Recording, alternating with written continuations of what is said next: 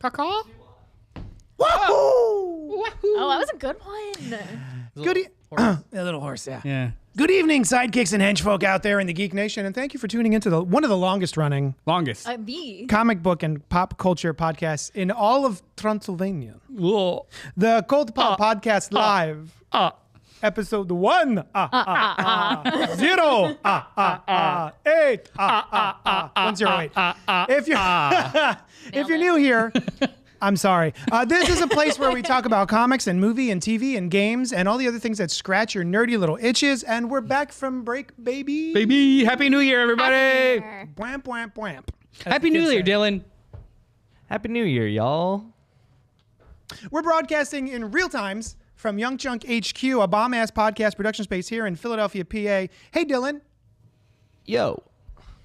How you doing?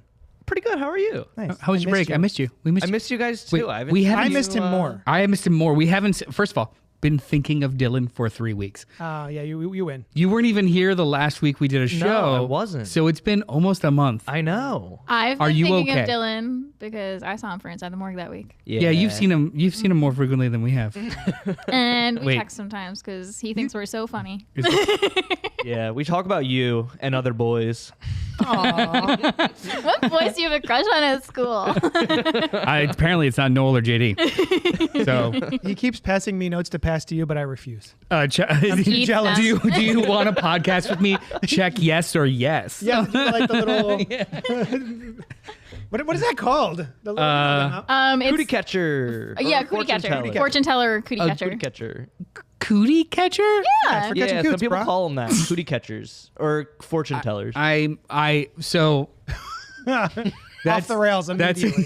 Happy New Year, everybody. I don't remember what they were called when I was in high school 400 years ago, Yeah. but it wasn't cootie catcher. Yeah. You look Yeah. great for over 400 Okay. years old. Thank you. I mean, you. better than Count Orlok. Nosferatu. That's for damn sure. Yeah. I'm your host for the evening, Johnny Destructo of JD's Hero Complex, located at 4327 Main Street, Philadelphia, PA. It's a rad-ass comic shop that caters to the rad-ass folks like yourselves. So get on in there and give me your rad-ass sweaty money. With me tonight from inside the morgue, Sloppy and sweaty. Hey, that's me. Alice. I'm Inside the Morgue. Hi. Well, not currently. Well, are we? Oh no. I trapped you.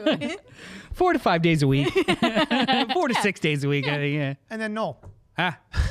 Just Noel. Yeah. And in the booth, you already met him. You love him. You dream about him. It's Dylan, our trusty producer. Some of you text him. Yeah. Actually, I don't think I asked the question I was supposed to ask you, which is if people want to start a show with Young Chunk HQ, how do they do that, Dylan? Just look at the bottom of your screen. It's not too hard. Email that email down there. Dylan@youngchunk.com. Let's make a podcast. And yeah, it'll be fun. Let's make a podcast uh-huh. as well as love. Tonight, we're going to talk about what's been going on during the break, a listener email, perhaps some goals for the new year, resolutions, if you will, as well as review the most talked about and biggest horror movie in the country. But before we do all that, the gentlest of reminders that if you're here live, feel free to like, comment, subscribe, hit the little bell notification like a butta bing, so that you know when we're doing this here nasty stuff. Also, we love a little back and forth, so get up on this chat. Speaking of men of the hour have joined in the chat. Christopher St. Sauce, good night. He thought we were doing Mission Impossible 2 tonight. Nope, it's next week. Mission Impossible 2 is next week. A note about Nosferatu, we'll read that later. And Carl's is up in this chat. Happy New Year, Carl. Hi, now, Carl. a peek behind the sausage curtain, my Carl, my sweet Carl. We were gonna do Necrotronic tonight, but we decided to do it at the end of the month with a double feature of Strange Darling, which was also a listener request. So we're gonna do Necrotronic and Strange Darling, I think January 29th. Yep. It's gonna be fun. For show. All right. Also, send us more movies to watch. You don't have to physically send the movie. We'll find it. But give us more things to review and fun stuff to do. Yeah. It's like hanging out. It's But I fun. mean, if you want to send us movies, that's totally fine. But speaking of Christopher St. Saucy, good night. We have an email. Woohoo! We got letters. We have letter? Oh, we we've have got lots and lots of letters. This is called Your Email, if you choose to accept it. I ranked the Mission Impossible movies earlier this year. I won't tell you all of them. Dun, I'll let you assemble the list and piece together the order as you make your way through the franchise. I rank this one, MI2, third. I enjoyed it because he thought we were doing MI2 tonight. I presume you meant MI2. You ranked as third. Yeah. Go on. I ranked this one, MI2, third. I enjoyed it a lot at the time, but it's nothing like the series. The impossible missions were things like, you have to pose as a prince and solve this puzzle box. And since there is no way for you to solve it, you have to swap out the actual puzzle box for one that we've made that you can solve. That was an actual episode I caught in a hotel room on vacation with my folks one time. It was very, very low stakes. From what I remember, it wasn't an action franchise. Talking about the TV show. Yes. Yeah. Yeah. It fostered my longtime hate for John Voight. Turns Fair. out you're right. Totally fair. You know what? Good on you. Totally fair. Though he does have one of my favorite lines. They stamped it, didn't they? Those damn Gideons. That was pretty funny. I don't remember that line at all. Oh, the Bible, the Drake Hotel Bible, Oh yeah. provided by right. provided by the Gideons. Yeah, yeah. And that's how So we- Ethan Hunt knew that he was alive. Right. That's right. Those damn Gideons. He says, oops, no, Mission Impossible 1 is ranked third. Oh, cool. Because it's not like the other Missions Impossible. So I assume you're going to start giving us your ranking as we do the reviews? Yeah. Because then we're going to have a full ranking episode after we do all sure. the movies. Yeah. But yeah, next week we're going to talk about Mission Impossible 2. It'll be fun. So yeah, thank you so much, Christopher St.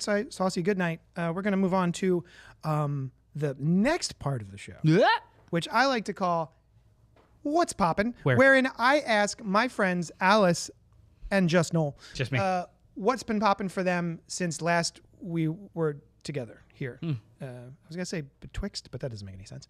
Well, if it was between then and now. Before we were betwixt then and now. That would make But sense. There you wait, go. but usually it means like the placement between there and now, not now. Oh, shoot. So like, right? Like we're physically in the now, not the betwixt. Yeah, but the what thing, happened but the in thing the that was betwixt? popping What happened was in the betwixt. Yeah, that's fair. Okay.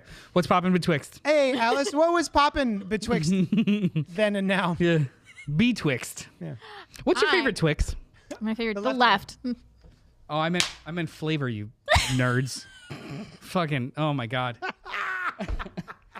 Oh, the left one from is the logo in front of you or behind you? When you open it, is left or right? Is it your left or my right? He doesn't get it. I get it. He does No, not I get it. understand. We're betwixt. I get it. I meant what flavor of Twix is your There's favorite? other flavors. well, yeah, there's like white chocolate. There's yeah, I wouldn't recommend There's that a one. white. I love white chocolate. Oh, There's I a hate white chocolate. Twix. It is. I love white. There's white chocolate Kit Kat. I've had that. No, there's a white chocolate Twix. I've never had anything There's- other than a traditional. there's that Cookies and peanut cream. butter There's a Twix? peanut butter. There's a Pretty cookies and cream, banging. peanut butter, caramel, Peanut butter would probably be my favorite, but I dark haven't. chocolate one. So right now it's still left. Can we do a whole Twix episode where we just If you feed want me to, if Twix? you want to find Twix, actually, it might be more fun to do a Kit Kat episode Those are disgusting. of all the random flavors of Kit I've Kat. never Oh my had gosh, my sister and I did that one time. We had like all of the like Asian flavors miss of going Kit off Kat, the and we rails were with you trying guys. to guess what each flavor was. It was so funny. That was A they were all blind good. Kit Kat What taste is test? Blind Kit- what does Asian taste like? Asian Kit Kat? He said they were Asian flavored. I said they were Flavors? Asian flavors from like. Okay. Hey Alice, what's popping for Say you what- betwixt then and now? Betwixt Asian flavored Kit Kat and now. Somewhere in there. So you mean the Kit Kats that are from Asia and that have different Yes. flavors? But Yes. I would, because they're from Asia, they taste like Asians, right? Detroiters? Oh, are we Spoiler kicking it? alert! But did you watch Detroiters between the left and right Twix? Yeah. Or betwixt Well, no, the left I and throw right away Twix? the right one. It's Oh, it's sullied. yeah. Oh, cool. Yeah. Cool. Yeah, so I started watching Detroiters on the recommendation of our producer Dylan. Hey, If you're in Australia, do you Or they eat the reverse. right Twix first? Because Yeah, probably. that's how it works. okay, sorry, go on. Anyway, Detroiters. Detroiters. Dylan recommended this to me because we both found out that we liked the show I Think You Should Leave. Yeah. Tim Robinson. I mostly Hey. like that show. It's like it's My love language. stupid humor. it's my love language. It's just Tim such Robbins? Tim yeah, Robinson. Tim Tim Robbins. Robinson is my love language. Yeah. And I was not disappointed with Detroiters. I binged it all so quickly. It's delightful. It's like goofy and they still have the same kind of humor as in I Think You Should Leave, but it's a little more heartfelt. Like it's not, yeah. Maybe that's what I need. Yeah. 2 seasons, Tim Robinson and Sam Richardson, and they developed the show and wrote the show themselves. Yeah. Yeah, they're also both from Detroit and giant Detroit Lions Yeah. fans. Yeah. It's so good. They also did a video where they announced the Detroit Lions schedule. Yeah. What if we have one that comes up here? Like, I love that video. I watched that video. I'm not even a giant fan of Detroit, but I'm sorry, Costa. I'm kind of hoping Detroit goes all the way this year. Don't just be sorry to Costa. Be sorry to me. In general, I'm a Bills fan. Yeah, I know you're a Bills fan, but he's he's really into it. I forgot. That Are you both called really the into Bills. it? Yeah, we are. Oh, we don't talk about football. Let's talk about football more. Let's talk about football more. Yeah, My brother's a Jets fan. look at this guy. My brother's a Jets fan, but he's been cheering for so he's been cheering for the Lions. So I've had this The conversation a Lions, few times. they're a good organization. Like everything just seems to be clicking. I think they're fun. Yeah. Anyway, Anyway, JD, Detroiters, great show Oh, cool. on Netflix. Costa Go Bills. go Bills. Yeah, Costa also watched Detroiters with me, and we were cracking up. There's one joke in the first episode, like towards the end, that just like I was like, all right, I'm so into this show. Is it Woman on Top? What's going on top? I didn't The post-it note that he just puts at the end. I was dying laughing, and I was like, all right, we got to keep watching this. It only lasted. It was on Comedy Central. It only lasted in 2017. It only lasted 2 seasons. Yeah. This is before. I wish you would leave. Yeah. Yeah. Oh I man, think you should leave. Sorry. I want you to go away. Yeah. What's the show I called? want you to leave me alone. Don't be here anymore. Go fuck off. Yeah. Yeah. Yeah. Anyway, I'll highly check that recommend. It's I think you'd like I'll check it. It's that out, fun. yeah. It's fun. I have, my wife asked me this question. What is, sorry, I didn't prep you for this. What movie did you laugh the most at, the hardest at? If you in your entire life, do you have like a memory where you're just like, that was the funniest the most I've ever laughed, the funniest thing I've ever I seen? need to revisit that. South Park, bigger, longer, uncut. That was one of them? Or Probably. that is it? It's a tie between that and Liar Liar. Oh, nice. That was pretty funny. Yeah, I don't know if either of them hold up now because they were just very much of the time. But yeah, I remember not being able to breathe. I was a big Jim Carrey fan at the time. Yeah, especially in South Park, I remember not being able to breathe. Specifically, the like Canadians being. If anybody's not seen that movie, I think it still kind of holds Canada? up. Yeah, but that it was a straight musical, and I was just learning about musicals at the time. Like they literally had a third act or like before act break reprise of 4 songs. Have you seen Yes. the South Park It's movie? been a while, but It yes. is so structurally perfect. Yeah. See, now, remember we were talking about Wicked, and I said I didn't leave Wicked humming any of the songs. I still, to this day, will remember the Yeah. South Park, the Blame Canada. It's a Yeah, banger. I know it by heart. banger that slaps. There's one specific. Is Conan O'Brien Canadian? There was a Conan O'Brien joke where he jumped off the roof and it was like a Canadians dying across the country in America, and it just I don't know why I couldn't breathe in the theater. Yeah, it was really really good. Can't remember. That's okay. You don't have to. What was your I'm gonna answer? think, I think- what was yours? Mine was either Wet Hot American Summer. Oh That's what I was So gonna good. say. Yeah, that might be one of mine. You know was what? gonna say that that. might be it. Yeah, right? I still okay. The follow up shows were not that great. not good. However, I still quote one line specifically from the second show or the first show. What was the show that had fucking Reagan as a character? Second one. Second one? Yeah. Still quote it to this day. Shit on my shit. Do it. Shit on my shit. Because he like poops on the model and he makes the guy like poop on the model. Poop on my poop. Do it. I did not get that Like it was far like in a the show. weird What? hazing of like shit on my shit. I think I gave up. When anybody doesn't flush the toilet before I go, it's just like, come shit on my shit. Yeah. That's disgusting. This is you're welcome. That's disgusting. That's disgusting. That's slopping, sloppy. popping. That's not pop. That's not popping. That's That's sloppy. slopping. I thought it's a of a funny show. movie. You did it. Thought of a movie? I vamped long enough. Yes. Yeah. Great. You did. Thank you. Thank you for your shit on your Scream. shit. No, I do love Shit on my shit. Monty Python and the Holy Grail. Oh, There's that's a good one. some bits in it, like the bit where he's like running and then they cut away and then he's still running from even further away. Every time gets me. It's That's a just good like bit. that's like the Yeah. same kind of like dumb humor that I'm just like that's what I love. I think I was like 7 or 8, and we were Yeah, I was like a kid when I first saw it. and I was like, recreating the holy hand grenade of Antioch. yes. Yeah. Yep. Yeah. It's just a flesh wound. I was on Halloween one year. Happy. Behold. See, it's so good. Yeah, it's very quotable. And the other one, the runner-up would be, strangely, Deadpool Wolverine.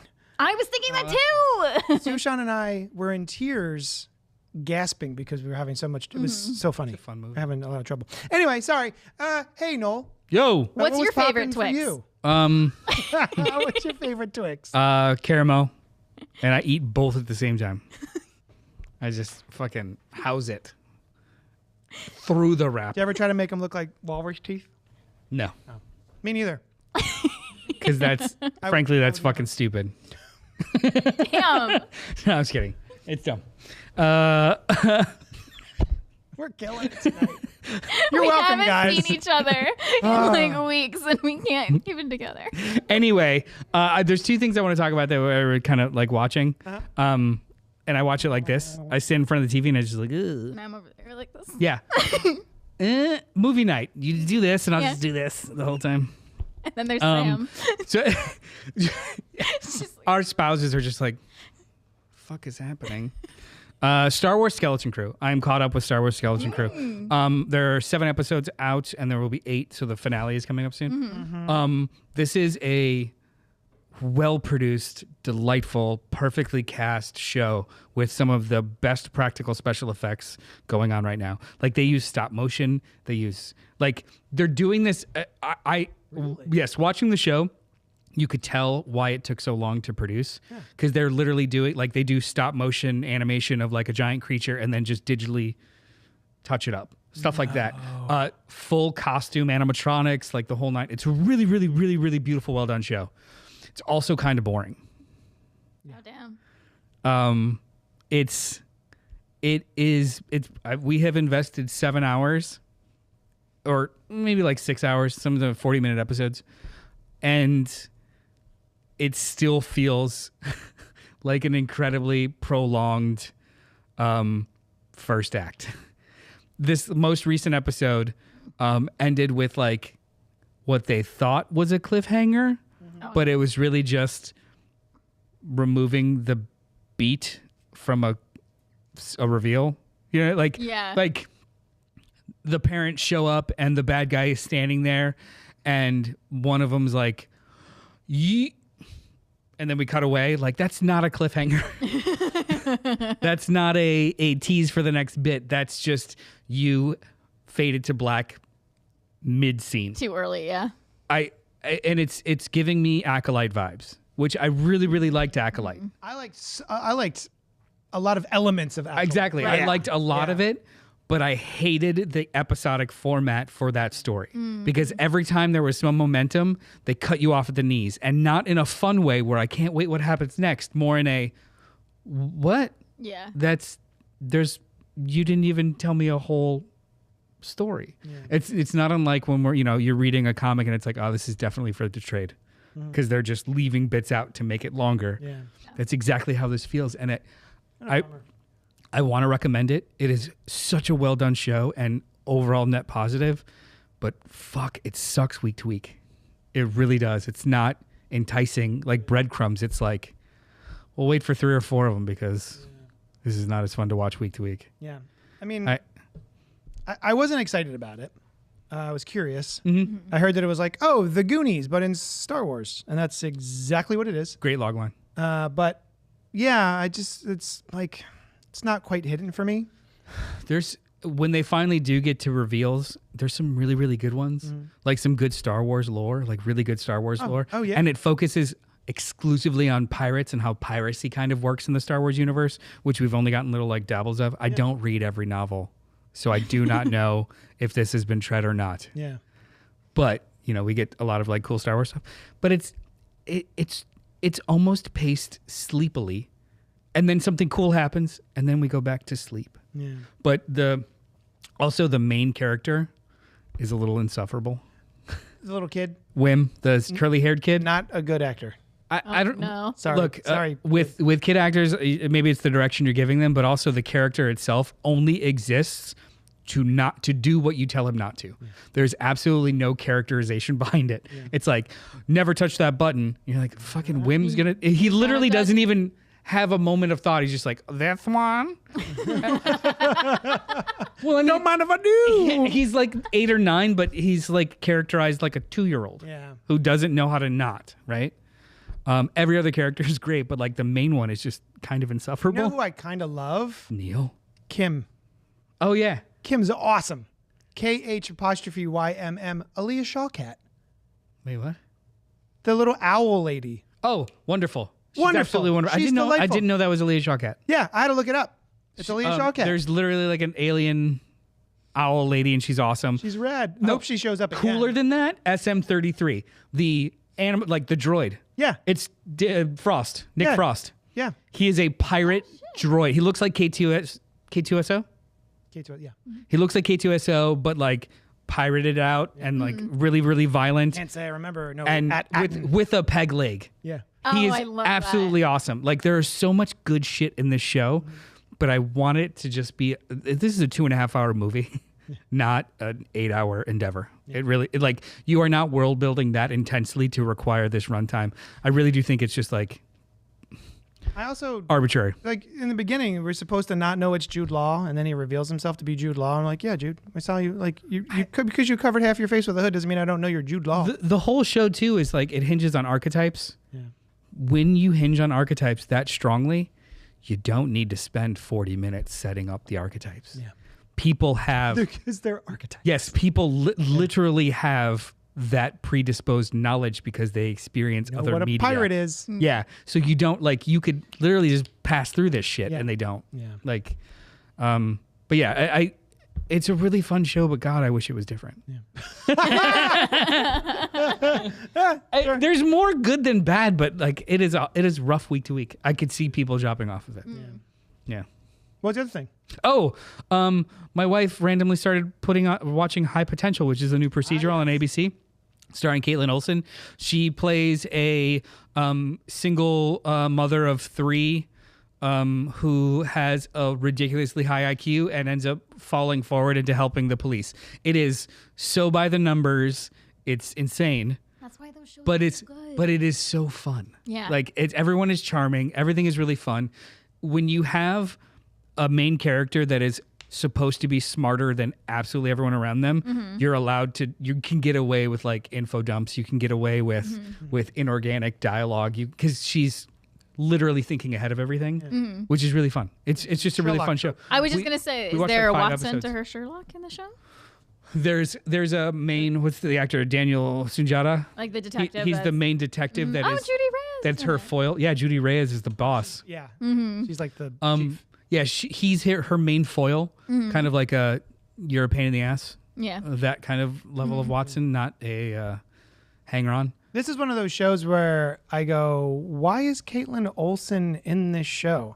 But then I go, oh, well, thank goodness Caitlin Olsen is in this show because she absolutely is the crushes reason this. to watch it. Yeah, this has like fun early seasons of Castle vibes. Nice. I've never watched Castle. Oh, I like that. It No, was I like David Boreanaz. Nathan That's Fillion. Bones. That's That's Bones. Bones. Also early seasons of Bones kind of vibes where it's still kind of new and Confuse fun. my bones Now, and my 7 seasons into this, I won't care. yeah. But right now, it's fun and nice and new charming. and cute. Now I have a question. Yeah. Are there any morgue scenes? There's none in the morgue yet, but there are bodies. Hey. I think that's loose enough, right? Yeah. Like there's bodies and kidnappings death. and stuff. There's death. There's death investigation. Sure. It's All right. a little bit more copy than it is. Stay tuned. That Daddy? might be one of our Inside the Morgue More shows. copy than We need morgue. more shows to watch. JD though. Oh, hey. Let's move on to the next topic because you don't matter. No. What's poppin' for you? I was we've been watching a whole bunch of movies. I don't know Prepping if- for award season. Yes. Yeah, actually. And so we wound up watching Challengers, which is a rated R 2024 release, starring, what's her Zendaya. names? Zendaya, Josh O'Connor, and Mike Faced. And it's a tennis movie. So I was like, I don't know if I want to watch a tennis movie, but it is a Zendaya movie. And I was like, I'll probably want to watch a Zendaya movie. Zendaya? Zendaya. I thought I it was just Zendaya. I think I- Zendaya. Dylan? I have heard both. Damn it. Yeah. Have you heard one that was more correct? Did you hear the right one? Yeah. So yeah, Challengers is a sport movie, but kind of like 15% sport movie. The rest is a relationship movie about these 3 kids who are all just trying to go pro in tennis, and then it kind of jumps around between them meeting as I'd say like early teens, and then now, which is them in their probably 30s. And sort of the relationships that they have with each other, which is not quite a throuple, not quite poly, but like it's got hints of that, little sprinklings of that. It's not quite defined. And it's one of the most well shot sports movies of really just movies. Yeah, you're just not really a sportman. No, but I've seen sport movies. And it's a gorgeous film. The camera work is fantastic. There has to be like CG involved with some of the shots because they're so kind of intricate, and they maneuver in a way that the world does not, which is very, very cool. And they really shoot a tennis match in probably the most engaging way possible. If you had to shoot a tennis match, it's wonderful. I really like it. The end was so effective for me. I got such a rush at the end of the movie, like right before the credits hit, that I rewound it and watched the last 10 minutes again immediately. I was just like, whoa, I got chills, and I like rewound it. Dope. So yeah, That's awesome. I can't tell if I like any of the characters.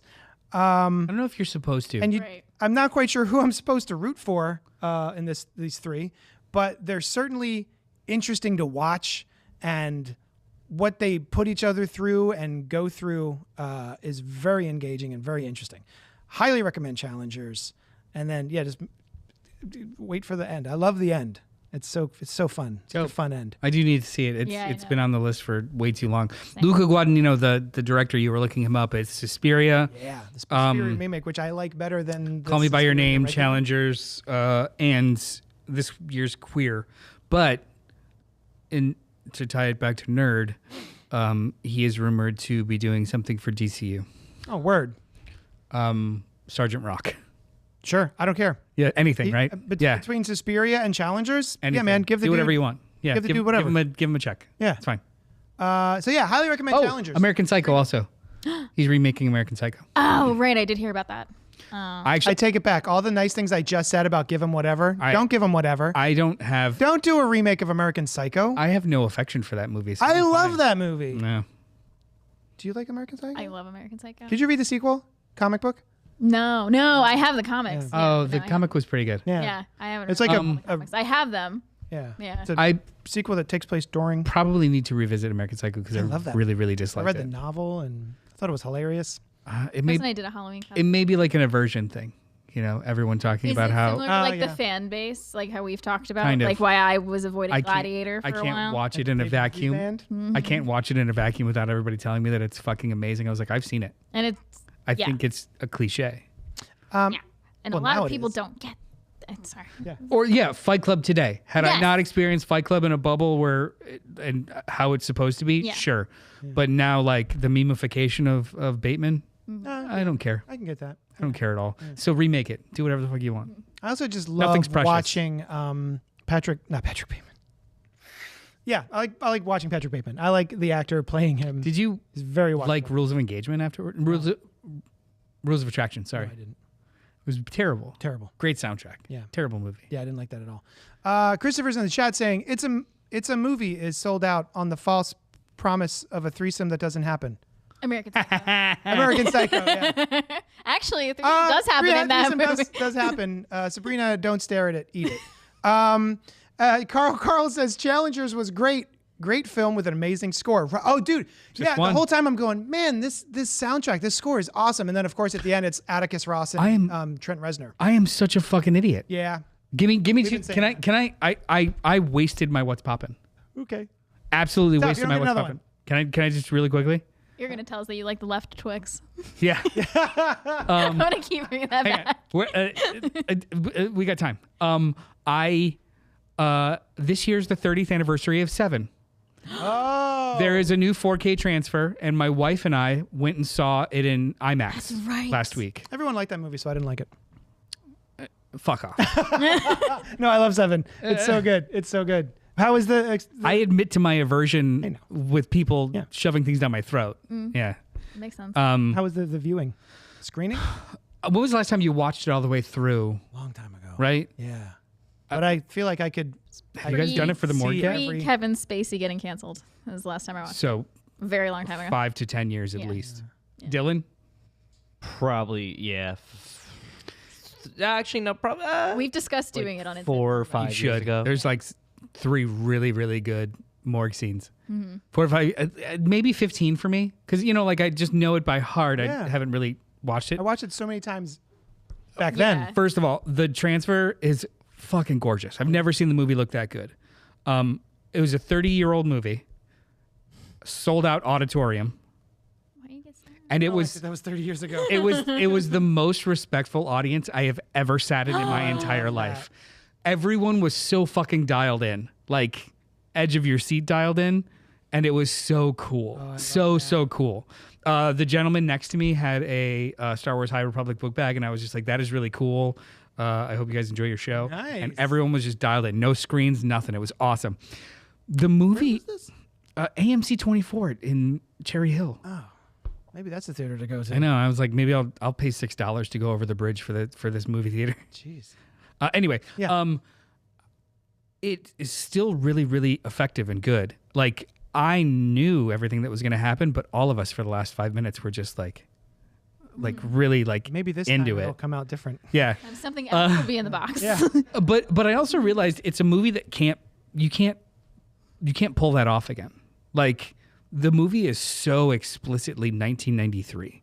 The city has no name. Like, I don't even know if the story would work if it wasn't that period of time where there were no smartphones or accessibility. Right. Because if you think about it too, like, I don't know if people understand now, like, unless you're over 40, there really was a period of time where you were not in direct contact with your spouse for hours or days because it just wasn't available. Yeah. So, like, watching it now, thinking, like, he doesn't just take a call from his wife. He doesn't know she's been missing for 12 hours. Like, no, he doesn't, because there was no way to get a hold of anyone. Right. Yeah. Like, it exists in this little vacuum of like, it really fucking works. And I don't know if it could ever work outside of that setting, right? Yeah.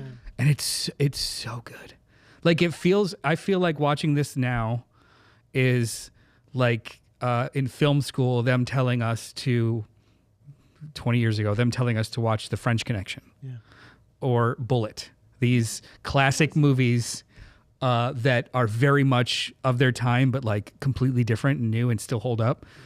Seven now is for the next generation.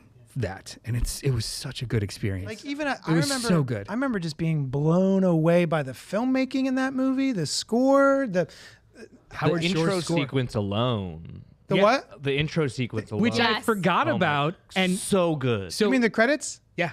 Yeah, I love the credits. The cold open is dialogueless with Morgan Freeman just going through his day, hitting the sound, the tempo clicker. Metronome, thank you. And then it's just smash cuts into 9 Inch Nails. Yeah. That was the first movie that did that too. Like, we see that shit all the time now. David Fincher, man. Yeah, but Sam next to me, because she hadn't watched it in so long too, she was just like, is this 9 Inch Nails? I was just like, yeah, it is. Yeah, it is. And, I'm sorry, I wasted it. You know what? Forget his other pop-ins. Yeah. That's the one to listen to. I wasted so much time on Star Wars. It is now available if you have a 4K Blu-ray HD or whatever. Oh. Fucking pick it up. Like, the comparison between the 35, they went back to the actual 35 negative and reprocessed it completely. It's awesome. Absolutely awesome. This is, no one cares. I care. We were talking about DVD. You was it a tweet or something where you were talking about the Fight Club DVD box set? Yeah. Which was like, it looked like it was brown paper. And it's a inside soap. It's got the fold out. The fold out is a bar of soap too. I have it at home. Yeah, same. The other one I have is the 7 one. It's a notebook. It's John Doe's notebook. Yep. Oh, that's awesome. God damn. The third. Cool. So there was 3 DVD sets to get 30 years ago. At the time, yeah. It was Fight Club, which was the box of soap. The notebook, like the sleeve inside was a notebook. The other one was Memento. The set was a file, one of his files, and you open it up, and there was actual like papers with a clip on it that you couldn't lose. I had all 3 of those. It's right. Physical media, baby. I have gotten rid of so many. Those 3 are still in my shelf in my office. Yeah. That and the Lord of the Rings extended cuts. They look just like look so nice. like Bibles. Yeah. Hey, anyway, hi guys. You're still here listening to us. Sorry, we were having our own thing. Welcome back. Isaac Dees says, "What did you guys think of the 1979 version of Nosferatu with?" I haven't watched I didn't it yet, see but 79. I saw the other one. Should we get into the? Did we do it? We did it. Main review. We're getting Main to review main time. Thank you, Oh, Isaac. Yeah, we'll do pop culture resolutions some other time. Yeah, we're running long. Call an audible. So yeah, we're here to talk about Nosferatu, not the book by Joe Hill. I have never wait. Those are numbers. I've never seen the 1979 version of Nosferatu with Klaus Kinski. Have you? No, I haven't. It's directed by Werner Herzog, though. I've had it recommended to me, and I've heard it's good. Werner Herzog? No, I've only seen the 1922. Isaac and everyone. Oh, Pink's in the chat. The American Psycho remake was debunked. It was a false rumor. Yeah, idiot. Oh, great, This guy. great. Pink. Did Either you way, see fucking American Psycho remake 2? it. Starring Mila Kunis. Mila Kunis, right? I haven't seen it. Remake all American Psychos. I don't give a shit. Isaac Dees. I have a confession to make. Isaac D's nuts. We don't know Isaac. D's. Be nice. D's. We don't know Isaac D's nuts. D's I'm sorry, Isaac. Where'd I put I D's nuts? have never seen any Nosferatu except for the one that we're talking about this evening. So you haven't seen Nosferatu 1 or Nosferatu 2 or Nosferatu? You haven't seen that one episode of Nosferatu? SpongeBob where he appears? No. Man. No. That's a fun episode of Now I SpongeBob. did see the movie. I saw somebody ask Robert that Eggers. also had. Nosferatu. I did see another movie that had Willem Dafoe in it about Shadow of Nosferatu. the Bat. Bring that up. Shadow of the Bat. Yes. Yeah, so cool. No. Is No, that it what it's wasn't called? Shadow of the Bat. Something That's Shadow. a Batman book, comic book. But he was Nosferatu in that. Yeah. He was Max Shrek. Yeah. Max Shrek, yeah. Yes. So not only did I not see Nosferatu, going into this movie, I was surprised to discover that Nosferatu is just a ripoff of Bram Stoker's Dracula. Shadow of the Vampire. There you go. I had no idea that. I thought this whole time Nosferatu was like just a German vampire movie that had nothing to do with Bram Stoker's. Like they had their own vampire tale, their own. This guy. rube. Guy. Like, oh, they're different. And so we're watching. We're like 10 minutes, well, I guess it takes a while to get there, but like half hour in, and I'm like, oh, wait a This tick. seems This, familiar. yeah. Yeah. If the original Nosferatu was today, the internet would be talking about how absolute trash it is, and it's just a ripoff of Yes. everything else. Yeah. Yeah. Basically, it's a 1922 ripoff of Bram Stoker's. Yeah, which I did not realize. I was listening to the Dead Meat podcast today, and turns out, who directed the original? Does anyone know? Oh God, I have it pulled up. The original director, they didn't have the rights to Bram Stoker's Dracula, so they just made this movie called Murnau. Murnau? F.W. Murnau. That's yes. To avoid litigation. Didn't work. Yeah. Still got sued. Yeah. Still got his pantsuit off him, and they were supposed to destroy all the copies of it. Thank goodness that didn't happen, because I would like to still see the original. Check it out when you have time. It's very beautiful. The dialogue, the cinematography, Lucy and lighting. Lucy and everything. It's a masterpiece. I've heard that. We went with some friends to go see this one, and they've seen all of the Nosferatus, and they're like, if you're gonna do like a double feature when you get home, watch the 1979 one instead of the 1922 one. I mean, but I was isn't sleepy. the original kind of short? It's 80 minutes. Yeah, you could probably Yeah. just slap them both together. Yeah. Did you? I was too sleepy after this movie. All right, so yeah, that ties into I think what Noel's got to say about this film. No. Nosferatu, released in 2024, like what, last week? It has a 36%. Oh no, just keep going. Oh. Directed by Robert Eggers, me written by Robert Eggers, starring Lily Rose Depp, Nicholas Hoult, Willem, watch your mouth, it's Willem, not William, Defoe, Aaron Taylor Johnson, Emma Corrin, Ralph Ineson, and and another Emma And Corrin Emma Corrin again. as herself. Who else was she? Yeah, she's all the Emmas. In the 1830s, estate agent Thomas Hutter travels to Transylvania for a fateful meeting with Count Orlok, a prospective client. In his absence, Hutter's new bride, Ellen, is left under the care of their friends Friedrich and Anna Harding. Plagued by horrific visions and an increasing sense of dread, Ellen soon encounters an evil force that's far beyond her control. We've all been there. So, as we said, none of us... Wait. You've seen a Nosferatu? Yeah, I saw the 1922 one in college. And, tell us about it briefly. It's a silent film. That was brief. It's atmospheric. It's black and white atmospheric, a silent film that uses a lot of shadow, flat screen, a lot of shadow, and just is very claustrophobic and pretty effective. It's moody. It's just moody and vibey. You know, like it was in the text pops on the screen in between scenes. Okay. Yeah, it was in the same week or 2 weeks of school where we watched Metropolis and Nosferatu and Birth of a Nation, and so it's in this hodgepodge of these movies aren't viewed to assess good or bad. It's more like the things you like now in film were started here, and they did it like this, and they did it like this. Because when you watch something like Birth of a Nation, it's the most racist fucking movie in the world. However, the camera work is still impressive, and it still is like the largest scope of like. I mean, Dylan, did you ever have to study? I mean, I watched it in a race class in school. It's wildly racist, terrible movie. However, like in a vacuum, they make you watch it to kind of understand where like this type of cinematography even comes from. So it was kind of in that same like 2 or 3 week period of silent films when I watched Nosferatu. Didn't fall asleep. Nice. There's a couple that I felt only 80 minutes long? like the Cabinet of Dr. Caligari. Sorry, I kind of fell asleep. Battleship Potemkin, kind of fell asleep. Yeah. This one, I stayed awake. It was good. Metropolis is awesome. Metropolis is cool as shit. Really Fritz cool. Lang is the man. I still have not seen that. So all right. So do you want to start us off with your Nosferatu thoughts? I feel, even though I don't feel negative about this movie, I feel like I'll come off as negative compared to you guys. So why don't you guys go ahead first? Hey, Alice. What did you think of Nosferatu? Loved it. Fucking loved it. Fucking loved it. Me too. To be fair, this is my not liking things in a chill way.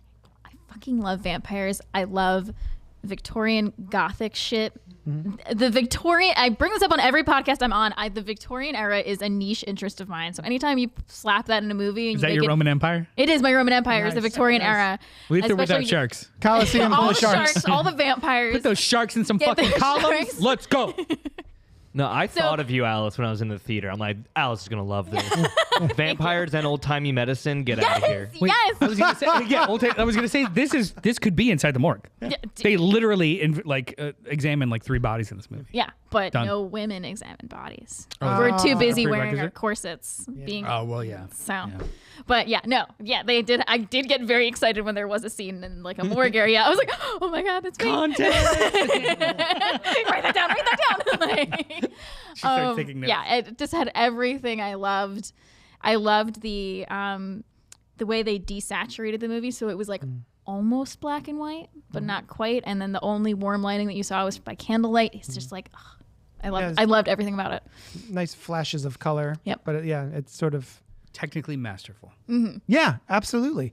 So my experience with this was we went to a preview screening of it, and it was a very small theater in downtown Philly. It used to be Ritz at the Boars, but now it's something at the Boars. PFS at the Boars or something. So very tiny theater, but they cranked that volume. It was a very small room, kind of claustrophobic, and past the point of me going, oh, wait a minute, this is Bram Stoker's Dracula. The more we got into it, the more I think the tension was ratcheted up for me specifically, just from the soundtrack, the way that everyone speaks the dialogue in the film, and just the loudness of it. I started to get a bit of agita. Like I was in my seat kind of vibrating a little bit because of how much stuff ratchets up and then doesn't quite ever release. It was the smaller screening room. Yeah. I know that one. It's like there's only one aisle. Yes. Yeah. You have to like it's like someone's get in living one room. side of it, and I've been in living room screening rooms that are bigger than that. Yeah. Yeah. But Weird humble brag. I don't know. I've seen But then rich people that are bigger than that. poor Sushan, she was having a coughing fit, like I want to say a half hour before the movie ended. So we actually just had to book it out of there. So we didn't get to finish it. But I was kind of relieved. Like it's one of the most visceral, or I had a more visceral reaction to this vampire movie than any other vampire movie I've ever seen. There is something about the way that this was shot, the presentation of it, the dialogue and the sound that sort of like gave me a little bit of anxiety. So when we were like, oh, we got to leave? Okay, we could leave. We're good. I don't know what was wrong with me, but we finally got to what? It's the sense of dread that they're building in the movie. It really was effective. And we finally got to finish it like last week or so, I think. We just watched the last half hour, and I love it. I love this movie so much. I'm not the hugest fan of his previous film, The Lighthouse. Which one? Yeah. The Lighthouse. The was Witch? Fine. I love The Witch. Have you seen The Northman? I haven't seen The Northman. I haven't seen The Northman yet. I want to see that. But yeah, everything about this I think is fantastic. I love this movie. One of the things that I'm having trouble articulating is the dialogue in the movie is so self-serious and so, I assume of the time, I'm not a historian or an academic in that way or anyway. So I don't know if that's actually how they talked back then, but they stick with it and they really go for it. And it's almost comical the way they talk to each other. I don't know if it's comical, but it's kind of impenetrable. I am glad you guys really like this. Thank you. And I want to like it as much as you. But I also thought it was boring as fuck. No, that's reductive. You try going with your makeup like this, it really gets you into the into the mood. That's reductive. I also go with my little plastic vampire teeth. They glow in the dark. Chamber music is beautiful. Chanting monks are beautiful. Specific types of architecture is beautiful. But I don't like to spend time with it. Sure. Yeah. That's how this movie felt. Okay. It is technically beautiful. I totally get what they were doing. And then I got bored. And then it never stopped being boring until about an hour and a half in. And it was fine. Man, I was not bored. It was fine at all. I had a bad experience towards the beginning of the movie, but other than that, like a theater experience. Yeah. But I was looking at my watch a lot and I was yawning a lot. Damn. I just was. Fair enough. I mean, I get it. I can see it. Like that's why I said I was It's like, this not might be your me overhyping because this is my shit. And I Like, wish this I was in a catnip. I This wish is my- I wish I was in a claustrophobic screening room so I could actually feel the feels. Yeah. But no. It was 10 of us in the movie theater for like 200 people and it's still people were fucking assholes. And it was just it was maudlin. Ugh. It was like I tried to explain this to you earlier. Like there's a subtle difference between it's like a really thin line between actual gravitas or the facsimile of gravitas. Like oh my god, look at that, it's beautiful, it's strong, or look how beautiful and strong this is. I don't think the movie goes that far like it is, but it's like really fucking on the cusp. And if you are not in the right mindset or the right temperament, no. Just no. Okay. Things I loved. I think the camera work was fucking amazing. Nuts. I was telling you at the shop, watch it again. All of the establishing shots are in motion. Yeah, I didn't even catch that. Dylan, I don't know if you caught that. Like often an establishing shot for a movie, especially a period piece, is static establishing shot, and then we'll cut to your focal point, the main character. In this, Eggers goes out of his way to make it always in motion, and the first time he does it was when she wakes up from a nightmare at the beginning of the movie. The camera is on her right side. She sits up, and the camera moves behind her and then introduces Nicholas Hoult and then walks out of the room with him. And it's so subtle and it's so smooth that it continues out into the street where he's running to work. And again, a different filmmaker would just have establishing shot, cut to establishing shot. He literally slowly follows him as he's running through and everyone's set up and it's like a oneer. The movie continues that and it's just fucking gorgeous. That was when I was that shot. Because I was like, I feel like I am walking the street in Victorian Germany right now. Stepping and over that's rats and corpses. where I want to be. Everything, Just for a minute. Just for a little bit. Just to see what it's like. everything aesthetic about this movie is fantastic. Just to get the Technically, it's absolutely beautiful. I know I should like it more, but I had absolutely no connection to any fucking character. I had no investment on what's going to happen because it was telegraphed from the third minute of the movie. And I didn't feel any emotional weight for anyone. They were all just potential victims. We'll get into spoilers at some point. And I do think that there's a giant miscast in the whole movie. I do think that Aaron Taylor Johnson and Nicholas Hoult are miscast and should swap roles. Because to Thomas, there's almost like a himbo quality of he keeps failing forward, and that just spoke so much about Aaron Taylor Johnson's impotent. Like he plays the high class but basically impotent, inaction, rich friend, and Nicholas Hoult plays this like falling forward, desperate person, a himbo, and it's like, they should have switched because that at least feels a little bit more right. Lily Rose Depp was great. I didn't know who that was. I had to ask my wife. There was a couple of things I had to ask my wife on the way home. Who was that? And she goes, Lily Rose Depp. And I'm like Johnny Depp? Yeah. Toast didn't know it was Johnny. Like Johnny she had Depp's any relation? kid? Yeah, related to Johnny Depp until the Like credits rolled. Kevin Smith movies, apparently. I think one or two of them. Yeah. She was awesome. She was very uncomfortable. Yeah. Like she was difficult to watch. And yes, people in the like again only like 10 people. Some of them laughed during the possession scenes. I'm like, all right, whatever. I thought that was really effective. I was in a small theater. I was at the Bourse in Old City. You guys are bougie. We're in the same theater? Yeah. You were there to. Have you not been listening to the show? I know when you said that. Anyway. It's playing Sudoku. Yeah, but there was a group of young ladies in front of us who just thought everything was funny. Oh, fuck. And I'm Get like, out of it's here. not. I hate that. Not like that. It's not I get Some nervous. parts were funny. Some parts were Yeah. to be fair. Especially once Willem Dafoe shows up. That dude's hilarious. I get He nervous. had one of my favorite lines. I get nervous laughter when you're like tense or scared, but that's not what they were doing. Yeah. They thought it was silly and they were making fun of it. Exactly. Yeah. Yeah, that's a shame. Um, But I also kind of get it. Like I said it earlier. Hold it in. It's on the cusp of being silly. Some of the dialogue. And yeah, that was also a thing that I disliked. It's not Elizabethan.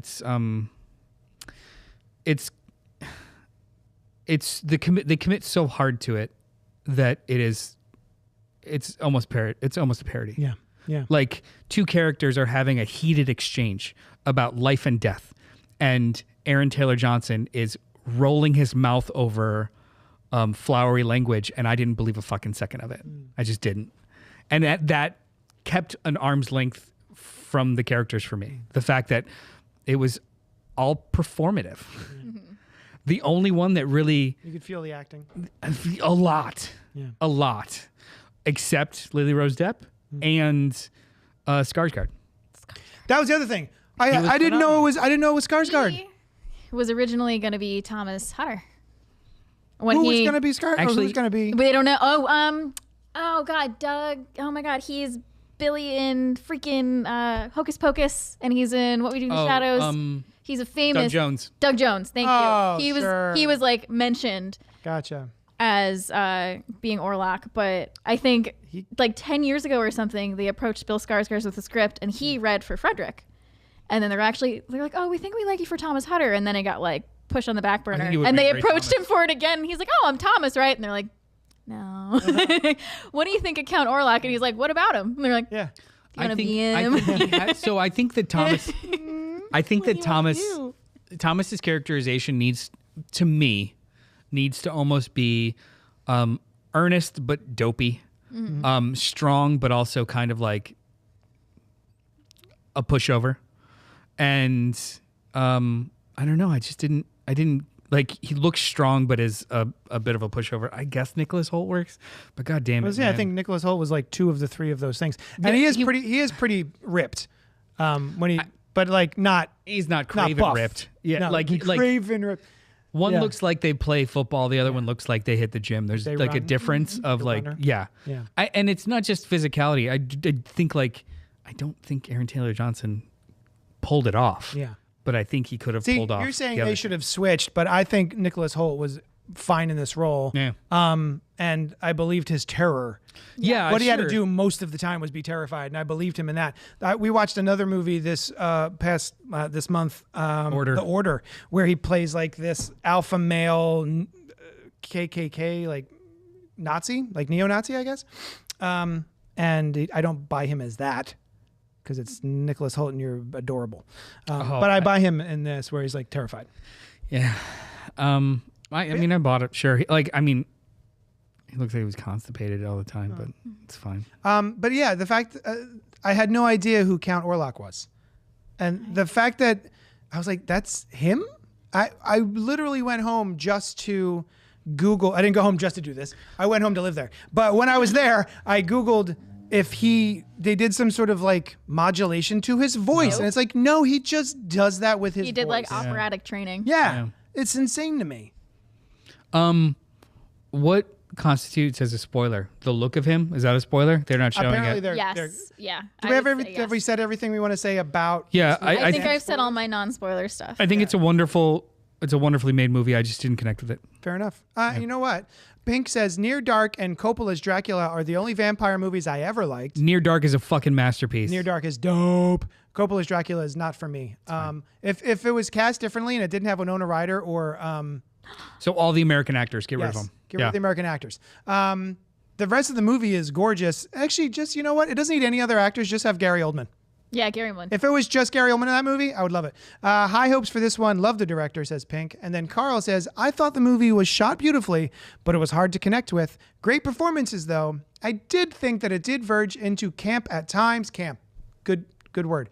At times, as it was so incredibly serious in tone.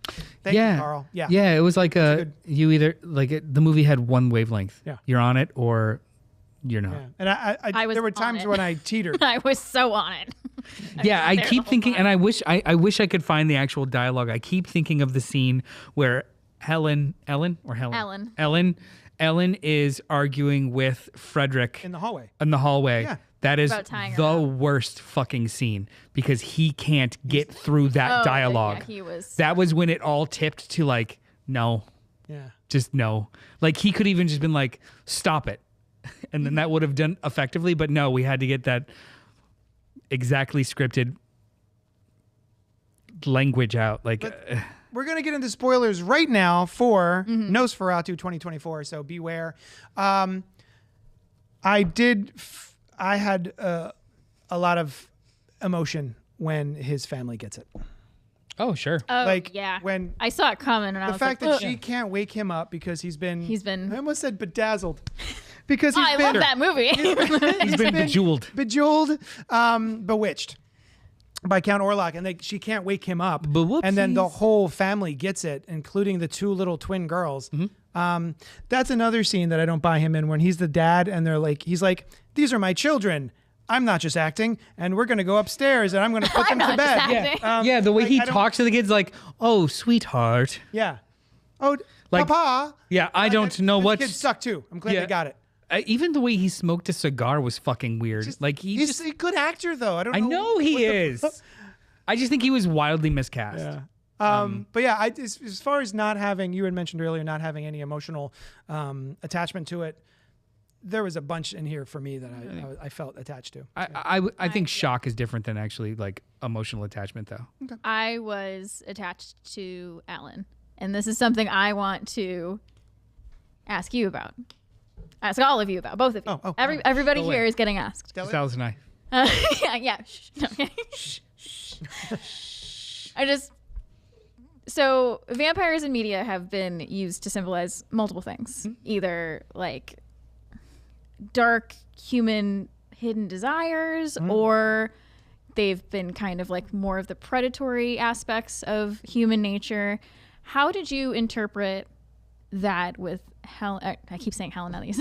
Ellen and Count Orlok? Was it more of her deep sexual desire, or was she being preyed upon from a young age? May I? Go ahead. So, did you get this out of this little bit out of the film? Do you? Sush and I were talking about the fact that she appears to have some sort of psychic connection. She has psychic abilities of some sort. Yes. I sort do have psychic abilities too. Yes. Yes. Thank you for So you caught it. Yeah. You could sense her psychic I could sense her abilities sensing by it your because they psychic- said it in the movie. Did they say it? No, they didn't Oh, I outright was say like, it. wait a minute, did they? I don't think they might. They like hinted at it. Okay, but the original thing that she has with him years ago was her he wakes up because he senses her, and she calls him to her. And that's the scene that we see in the beginning by the bushes, I think. I had a different understanding. Yes, the movie spends so much time over explaining things, and then what's important doesn't do shit with. It's grooming. It's predatory grooming. Okay, there's so many people that don't feel that way. And like I think it can be interpreted like because of different more romanticize the fact that a 400-year-old dude is like going after a young girl in her dreams and then prepping her for years. That's fucking grooming. Yeah. This is another thing I wanted to touch on. That opening scene. A lot of people that I saw like a TikTok somebody posted and people were arguing in the comments about whether or not Lily Rose was begging Orlok to come to her or if she was just a young girl praying for help and Orlok is the one that answered.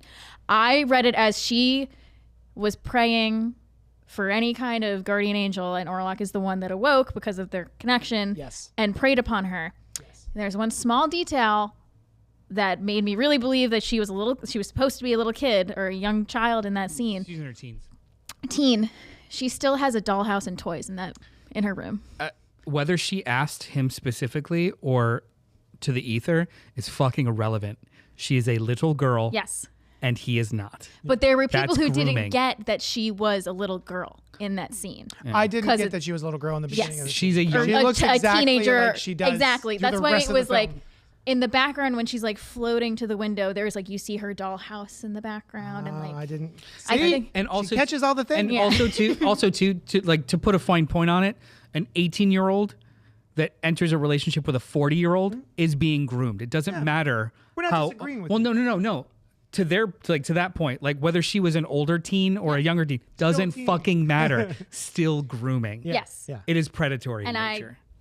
Because my own personal biases was like immediately clocked that. I was like, okay. And then like I saw other people online that were like, oh no, like she loved him and like called to him and like she was, and I'm like, wait, did we? Victim of grooming thinks that they're in a mutual relationship. Also, too, the whole climax of the movie of her willingly becoming bait validates the fact that it was grooming and he was a predator for her because she put herself up to lure him in and defeat him. Like it literally is a bookcase. It's closed. There's no interpretation. At no point do I feel during her, the majority of the movie with her, pardon me, rantings and ravings, has any control in the situation, except for when she takes control at the end and lures him in to kill him. If you want to get hyper emotional about it too, the idea that she felt great shame for asking for it. Yes. And only forgave herself through Thomas's love. And her father even called her unclean at one point. She was found naked outside. Like she was preyed upon. Yes. There's no gray area. Because that was part of the discourse. And Twitter and TikTok. You're watching. There's no fucking gray area. It was one TikTok that I watched. I'm not going to say this was all over TikTok, where somebody was saying what I'm saying, what we're saying. Yeah. And there were people in the comments going off about like how like no, it was like. It's like Orlok they were like they were saying because vampires have often represent like repressed sexual desire in people. I'm like, yeah, but they're also represent like the predatory nature of human nature. But that's only in context of becoming a vampire, right? That it's a sexual desire or a queerness, not like the external factor is the vampire. Do they show me your citations, TikTok? Like you're clearly interpreting it incorrectly, or you're conflating two different interpretations together to become an Orlok stan. He's objectively just the bad guy. Yeah. There's no redeeming qualities. Yeah. Anyway, I was just curious what everybody's takeaway was from that, and he's a himbo. Glad. Count Orlok is a himbo. Robert Martin Jr. Back in the day, marriages with vast age gaps were common. It wouldn't have been seen as grooming. It would have been grooming, even though it was socially acceptable as not being grooming. Yeah, it would have still been grooming. It's irrelevant. But I hear you. I hear what you're saying. It's like you're talking about the common and/or legality of it, which has developed over time. It's still the process of grooming a younger partner to be what you want them to be instead of what they are. Yeah. It's almost, I'm looking on, where am I? Google. the 5-star reviews and the 1-star reviews are like docking. They're like so close. It's at 2.5 stars, or no, 3. I guess round up. 3 middle, yeah. 3 stars. That's insane to me. What are the 1 stars? I'm so curious. No, I genuinely think this is a beautiful, well-made movie. Right. It's just it's a little for me. It's a little emotionally immature, save for one character. Alan? Basically. Yeah. Yeah. Everything else is just kind of like artifice of other characters. Even Willem Dafoe, who's so fun to watch. I loved him. He's chewing. He's just scenery chews. Like There's no like, scenery left in that movie. Yeah. And also too, he just fucking disappears for the most part after he has his one little bit. Like he sets fires Love and him. just like, ha ha! You're like, yeah. And then he's in the back of the room later. Like he takes the cat at the end. Yeah. That cat is awesome. And Greta, his one line that he says, "I'm going to just start using in everyday life. I have seen things that would make Isaac Newton crawl back up into his mother's womb." That was so great. I'm gonna say that all the time. That was actually that was the one bit of dialogue that I clocked also. That was good. Willem Dafoe did a scene with 2,000 live rats. Oh, and Emma Corwin I thought was great in this movie too. And I loved the depiction was something, of female friendship. What'd you say, waste of it? That wig was something though. That wig was something. She filmed that scene where she's getting attacked by rats with actual live rats just crawling all over her. I think it was like 30 rats, maybe more. That's awesome. I also love the aspect that I wasn't sure if it's in the original Nosferatu, but like the fact that along with the Demeter, the ship that brings Orlok, the Demeter, that brings him, also brings plague rats. Oh yeah, that's awesome. I Another love thing that aspect. Vampire symbolizes like plague and diseases. But it made. Yeah, I love that. transfused by blood. I love that their presence sort of masked his presence, and I've never seen that in that specific story before. So I thought it was a really cool addition.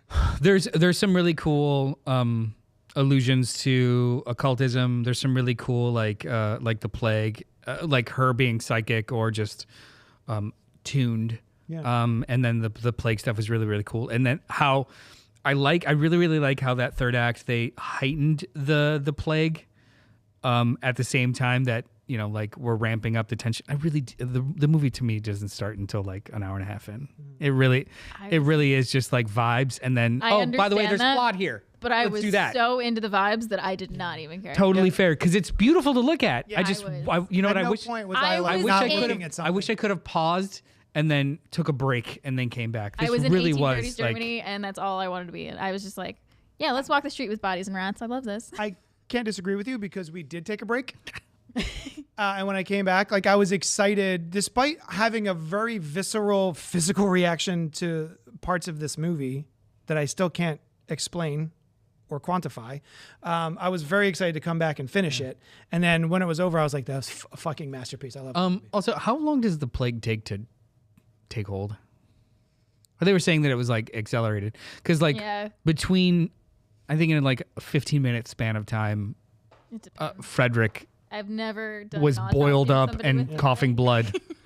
I cannot say for sure. Also, who was his boss? Because that dude was awesome. That guy was great. Making it a pentagram? Fantastic. Yeah, that guy was great. He was the real He's villain. living his best life. Just but that, eating the birds? Like, yeah. The practical effects were fantastic. The scenery was 2 to 7 fantastic. days. Like Where'd we Google? this 2 to 7 days. Yeah, It takes 2 to 7 days. not an afternoon. That's for goddamn sure. Bubonic plague, but also it was known as Black it was a Death, magic plague. usually so we're killed good. victims Yeah. within 2 to 7 days of infection. Holy Wild. cats. Absolutely wild. Another thing I wanted to hello. talk about. Rats. Christmas. Yeah. There are ties to Christmas in this movie. This is just a fun fact that I wanted to spew off. Oh, great. Christmas time, winter time used to be spooky season. That's right. Back then. It's even We'll in the songs. Yes. Yeah. Yeah. And even Christmas Carol is a ghost story because people died in the winter. It was a scary time. Is that why? And also, Duh. people were, if somebody died in the winter, they couldn't always be buried because the ground was frozen, so they'd be above ground or just somewhere in the house, usually above ground in like an above ground grave. Maybe, well, like for the wake, they would leave them in the house for like the wake. Yeah. And then like they would be in their coffin or casket and then wouldn't be buried until later. And if they suspected this person of being a vampire, they would still be fresh when they looked at them, so they always thought that they were vampires because they were just frozen. Can I ask you a question? Yeah. Fun. What is the level of decomposition if a body is desanguinated? Oh, Is it faster or it would slower? slow it down, I would think, because that's how the bacteria travels. There's Right? actually this cool thing that happens called, I'm going to sound so psycho on this. It's not cool. It's really fucking cool thing that happens and It's you called, die. it's one of the earlier signs of decomposition. It's called skin marbling, and it actually looks like Ooh. purpley red marbling on your skin. And it's the bacteria traveling in your blood vessels. So yeah, that's That how. is pretty cool. So It looks cool. the corpse of I think I've seen that in movies. Yeah, They do it especially very with, well in like, some movies. Zombies Yeah. and stuff. Like Yes. start to Yes. like when you're turning like the Yes. yeah. It's like it's traveling through your blood. Yeah. So it's safe to say that a complete victim of a vampire Fully bites or emptied of blood? fully emptied, would Exsanguination? preserve Yeah. be preserved a little longer Yeah. than another body. A Theoretically. normal body. Anyway, what was I gonna say? I don't forgot. know. I don't know why I got there. Oh, I wasn't.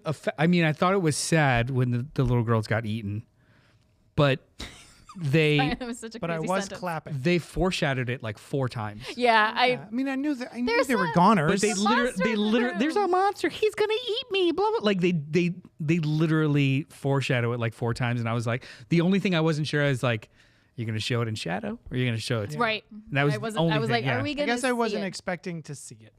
Yeah. Like dropping. I don't even know if you Like a kind of ragdoll. you just like yeah. Yeah. So I had a Anything- question. You have a question? Yes, we could see it again. Yeah. Yes, you can What see are it. you guys doing after this? Can we go again? We can go again. I need a nap. Frederick. Shot fired. Frederick and his wife Anna, I believe her name was. Yes. How do you feel about their relationship, and how do you feel about what he did after she died?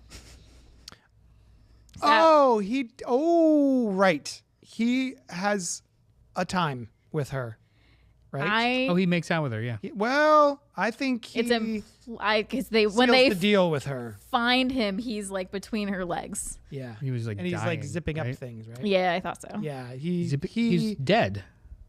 Wait, who's zipping up things? Like I thought, I thought. I guess he, it was- I mean, because it- totally.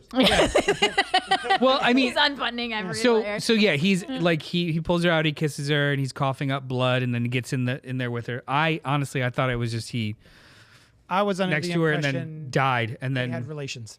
I thought that oh no, I thought he just died next. Honestly, I don't give a shit. Posthumous it was relations. like because that changed how I felt about him the whole time. Because he never, or at least I don't know if he ever really. He more so said, "I can't resist my wife," and it was more about her physically and like how much she could give him babies and like she's pregnant again and I can't resist her, and then like I never really heard him say like, "Oh, I love her." Ooh. And then when she died, he like opened her grave and violated her, and I was like, "This is, I don't know if I love this." See, I didn't love it. I mean, yeah, I wasn't like rooting him on. Woo! But I did think he was kind of insane. yes, Like I don't think he was of right mind. no, Yeah. he had the crazy magic plate. I was gonna say, can I say, I don't think it matters, in so much as like the character doesn't change or redeemed or sullied because they were kind of a whatever. Yeah. Like The whole time. Yeah. if it was revealed that he did, violate the corpse of his dead wife, it doesn't change the frame with which the movie set him in. It just kind of adds. What does it add? It I'm changes getting it. how women are perceived in this movie to me. Globally, sure. Yeah. Like, well, no, you're right. Yeah, No. yeah. The frame of the whole movie. I was talking Yeah. about just him No, it was more because so he was like shitty before, and he continued to be shitty after. I they wasn't were. sure. Yeah, it was more so like they. So like Ellen obviously has her Yeah. issues, and she has Thomas who loves her. But even though he loves her, he's always whenever she's trying to talk about her doing crazy this for nightmare, you. he's like, "Don't say that. Yeah. No, hush now. Don't bring this up again." And then He censors her. they're you're right. strapping her to beds, and she has these crazy raving. Well, that wasn't Thomas strapping her to the bed. That was Frederick. But again, it was Frederick strapping her to bed because of her mad ravings. Yeah, by then, And like, he was like, he sucks. and then even but to Thomas and Ellen, like Anna and Frederick had it all. They had a great, like, because that's when he first says is like, I can't resist her, is when Thomas is talking about like how good Frederick's life is. So I thought it was like, oh, this is supposed to be like the picturesque family, like what you're striving for. And it's like, oh, even in the perfect situations when you have a lot of money, women are still like, oh no, like don't talk. We just want you to be this pretty little thing. I wish we saw that, or at least hints of that from Anna's perspective then. Yeah. Like, because she was never but effusive about how wonderful Frederick is. Right. That's what I'm saying. Like, I might have been putting my own bias on it. Well, I think about everything that's in the frame is God's eye. Robert Eggers wants you to see this in this frame, whether it's hidden or not. So to make that a part of the end with no kind of like if there was a dialogue scene between her and Ellen about like, you know, just a throwaway line about like, sometimes I feel he doesn't even actually see me. Yeah. Something like that to kind of set that up to it being a larger conversation about how women are treated. But it seemed tacked on. Yeah. Which sucks. Yeah. Because that probably would have been a lot more interesting for Anna as the character. Yeah. And us relating to her. His defense, the only reason he let Ellen stay with them is because Anna asked him and was like, she's my friend. We have to let her. That's sort of the vibe I got from their relationship is that whatever she asks for, she gets. It's her sister. Yeah. It's like a slave to her wants. Yeah. Not a slave, but like he cares about her wants and wants to make sure that she's happy and gets what she wants. Well, yeah, no, I can see it from that perspective too. That's why I was asking. Which I'm wouldn't like, track with him violating her, or at least on screen. Yeah, that's why I was like, that is peculiar. I'm not sure how to. Which is why I was just like, oh, he's insane and is just in the throes of grief. I have seen other movies where they do something like that where the spouse is freaking out and rips open the coffin or gets in there with them and blah blah blah. So I just thought it was that. Yeah. Right. And then he literally dies there, and you don't like. It's only in the back of the frame when they find the bodies. Yeah. I couldn't tell if legs are up or if he's just in there or anything. He was like posed between them suggestively. That's what I got. Talking about women in the film and how they're portrayed, how do we feel about necrophilia? Yeah. I mean, other than being hilarious. Boo. Avi. Ellen, the fact that all of the men in the face of this threat are pretty impotent and can't really do a thing about it. Yeah. And it's up to Ellen Hutter to sacrifice herself, to lure her with her body in order to keep Count Orlok so ingrained in, first of all, the fact that it's straight to the heart, pretty cool. It's not a neck thing. It's a chest thing. Hated it. Oh, I thought that was so cool. It was so cool, but it was just because it was so, the one scene, yes. It's like a fucking pump. Yeah. Yeah. It was hot. Yeah, it was straight up hot. The fact that she has to lure him and engage him until he dies from it. Do we have thoughts on that? I loved the idea of it, but as a conclusion to your movie, it was the most anticlimactic fucking thing. Because he was just like, no. Okay. Like that was the crescendo of all of these machinations, was just, well, I see the sun, but I did you got feel it. That was strange, but I wonder if it's the being enraptured by the spell of blood. Like maybe he's one of those vampires who actually like can't. So when you have something that's maybe not visually dynamic, you potentially use other tricks of filmmaking to ratchet up the emotion or scene, whether that's with editing, with music, with dynamic angles. It was maybe like the most peaceful scene in the whole fucking movie, and it was your climax. Yeah.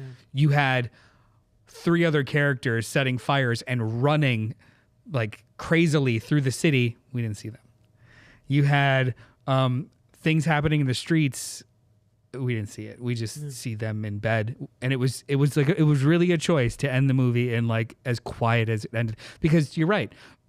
2 hour, like an hour and a half into the 2.5 hour running time, it starts to crank, and you're like, oh, now we're cooking with gas, and Gary, like they're doing all the stuff, and then it just like goes back to sleep in a very like silent way, which is cool, but also like, it's over. Yeah. Okay. Yeah. Okay. I don't need fireworks, but I it's more- I wanted more of a release, I guess.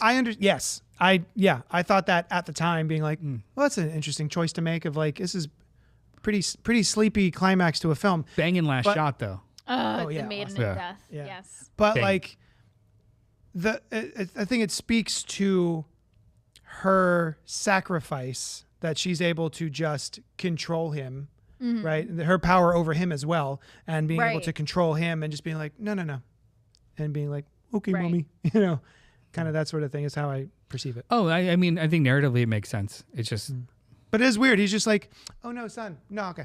Yeah. Yeah. yeah, like there wasn't, out the it wasn't straw. even like, yeah, it was like it wasn't even very forceful. It was just, Yeah, come back. Yeah. Yeah, even if the music was swelling in a different It was way, kind I of feel it was very, strangely loving. yeah. Yeah, But I loved the turn that she knew she was bait. They kind of talked about it on the side, but even that setup was executed boringly. Like if that conversation was revealed in real time, intercut with them getting to their you knew, but when they go off on their mission, it's impotent. yeah. So there is no Right. narrative mystery or drive there. It's just. Guess Well, we'll follow him. I know this 20 minutes doesn't matter. Yeah. Cool. Like, I don't know. It left me really cold. Okay, It did. fair enough. But it was so cool looking. Yeah. But it left me really cold at the That's same Steve time. Willem Dafoe with 2,000 live rats. In I the mean, he was 2013. awesome. Yeah. With the fucking torch just like going hog. He Yeah. was awesome. He's Yeah. always awesome, though. Yeah. Yeah, he is. He's getting awesomer, I think. He really is. Like Like he a gets fine wine. Yeah, he gets better with age, I think. Anything else we want to talk about? We've been going for a bit. I think this Sorry, is yeah. worth seeing. Yeah. It's absolutely worth seeing, especially if you just love film and filmmaking. Absolutely worth Are seeing. we done with the comments? So yeah. Also, wait, the popcorn bucket. Have you seen the popcorn bucket for this one? It's Casket. It's just his casket. Oh, that's cool. That's cool. And people oh, have been the using them. I've seen. His maggots. He just like has maggots on him all the time. I'm sorry. Go ahead. It's just, oh, wait, we didn't talk about spoilers for his looks. He has a mustache. So he's fully decomposing with 5-star mustache, by the way. a mustache. And all I could think of was like, he probably has so much congealed blood just like stuck in his mustache. yeah. And He he's does like, not bathe. he's like decomposing actively. He just has to have smelled so bad. That was the mustache was Just had to have. Costa would love it. the mustache It smells was like me getting home from work. was a fucking swing that I loved. Yeah. Because culturally it's very appropriate. Yeah. For that like for that time period and Location. location. Yeah. Yeah, they Yeah, all for like sure. large beards and stuff. So like fuck yeah, he would have a giant ass mustache. I saw a TikTok that was really funny about a guy with his head out the window with a giant mustache, and it said something like Orlok on their Demeter, and he's just like the mustache It's blowing. fluttering in the Yeah. wind. Cute. Yeah. Let's see. Back in the day. Oh, hi, Robert Monroe Jr. He says, back in the day, marriages with vast age. Oh, we already read that. Yeah. Never mind. Shut up, Robert. I'm going to read your comment twice. Carl says, when you go to the cinema, you never think you're going to see a bit of Nosferatu penis. That's always what I expect. Which Constantly disappointed. they framed and gave to Nicholas Holt, His Yes. the Nosferatu prosthetic penis. Yes. Yeah. Wait, to Nicholas Holt? Yes. Okay. Yeah, He wanted it. He was violated on screen. So All right. Fair enough.